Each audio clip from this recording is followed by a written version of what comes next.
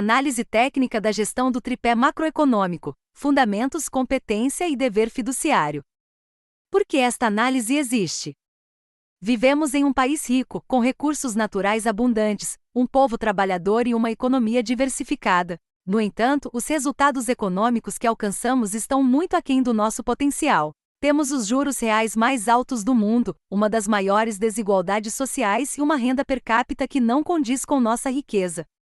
A pergunta que motivou esta análise é simples e direta: por quê? Se outros países, usando o mesmo sistema econômico que nós, alcançam prosperidade, estabilidade e baixa desigualdade, por que o Brasil não consegue? Se as ferramentas são as mesmas, onde está o problema?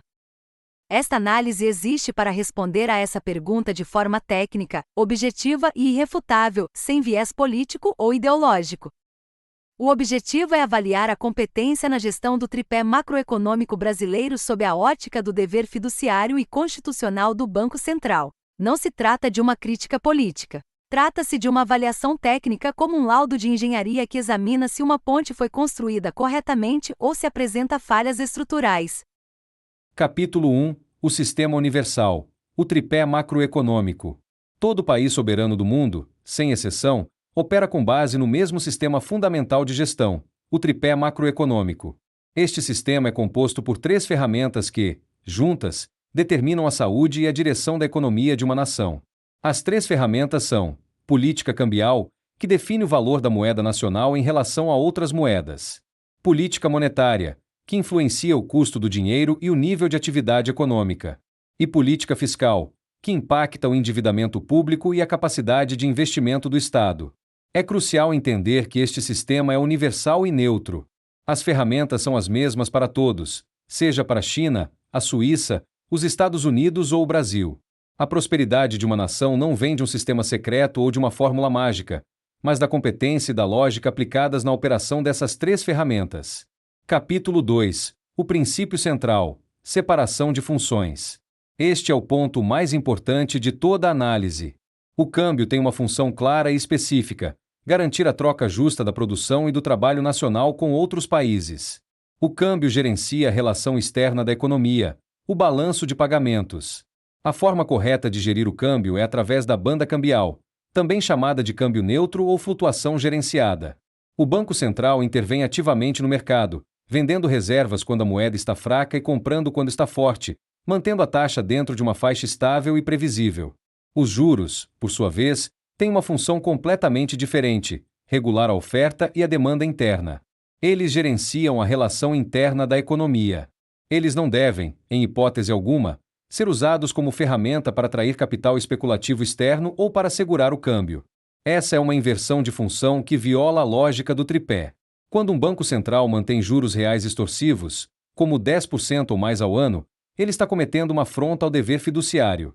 Esses juros não servem para regular a demanda interna, eles servem para remunerar o capital especulativo, drenar recursos da economia produtiva e transferir riqueza do povo para os detentores de capital.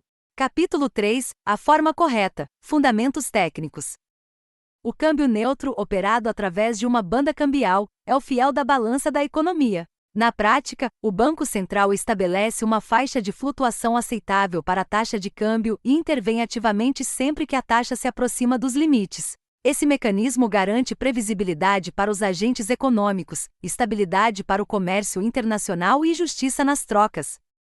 Juros reais decentes são aqueles que cumprem sua função de regular a demanda interna sem sufocar a economia. A experiência internacional demonstra que juros reais entre 0% e 2% ao ano são suficientes para manter a inflação sob controle e estimular o crescimento. O Banco Central não é uma entidade independente que pode fazer o que bem entender. Ele é um gestor fiduciário da riqueza do povo.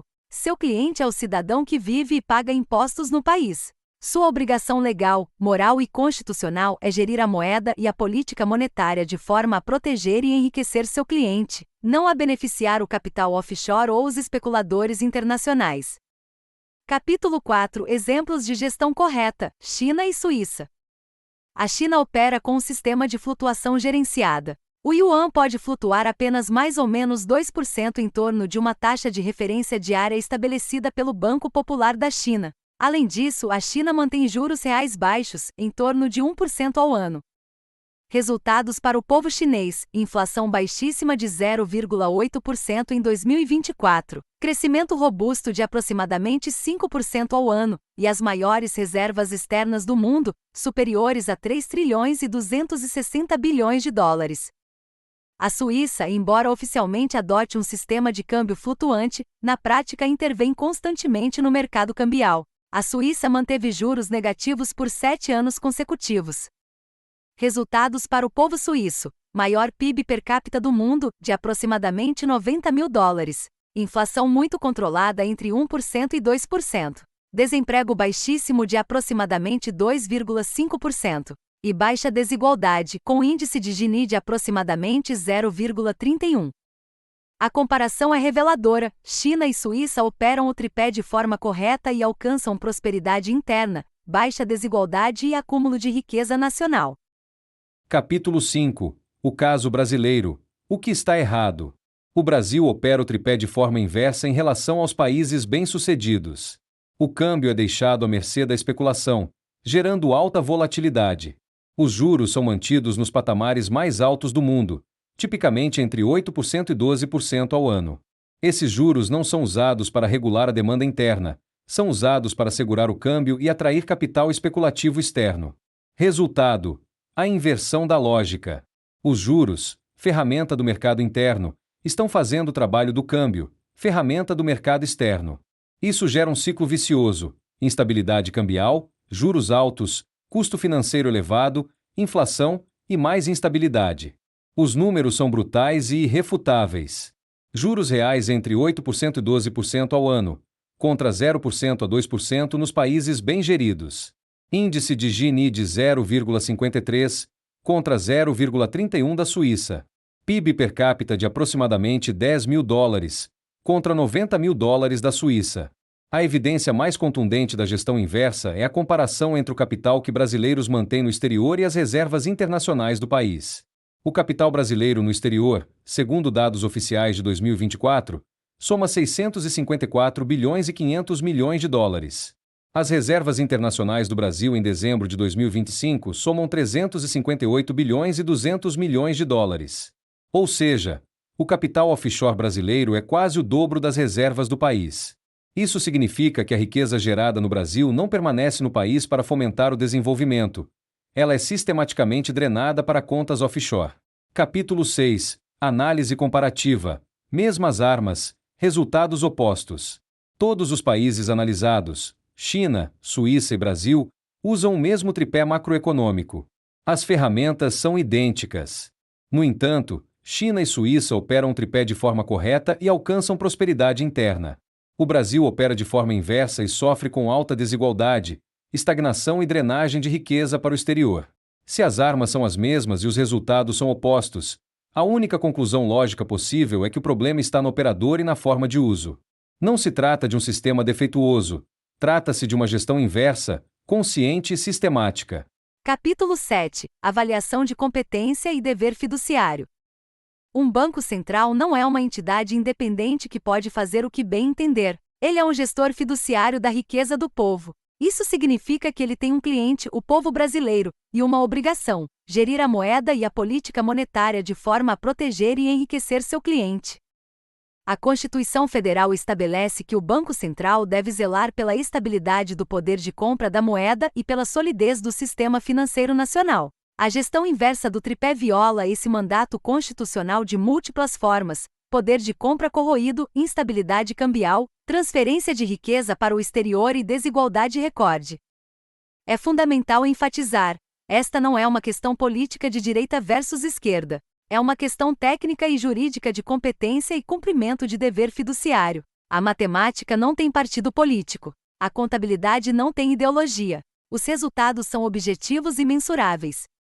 Capítulo 8. Conclusões e recomendações. Esta análise demonstrou, de forma irrefutável, que o sistema é universal, o princípio central é claro, a gestão correta funciona, o Brasil opera de forma inversa, e essa gestão viola o dever fiduciário. As recomendações técnicas para a correção de rota são 4. Primeiro, adotar o câmbio neutro com banda cambial, estabelecendo faixa de flutuação com intervenção ativa do Banco Central. Segundo, reduzir os juros a patamar decente, de no máximo 2% real, gradualmente, à medida que o câmbio for gerenciado. Terceiro, diversificar as reservas externas, alinhando as moedas dos principais parceiros comerciais.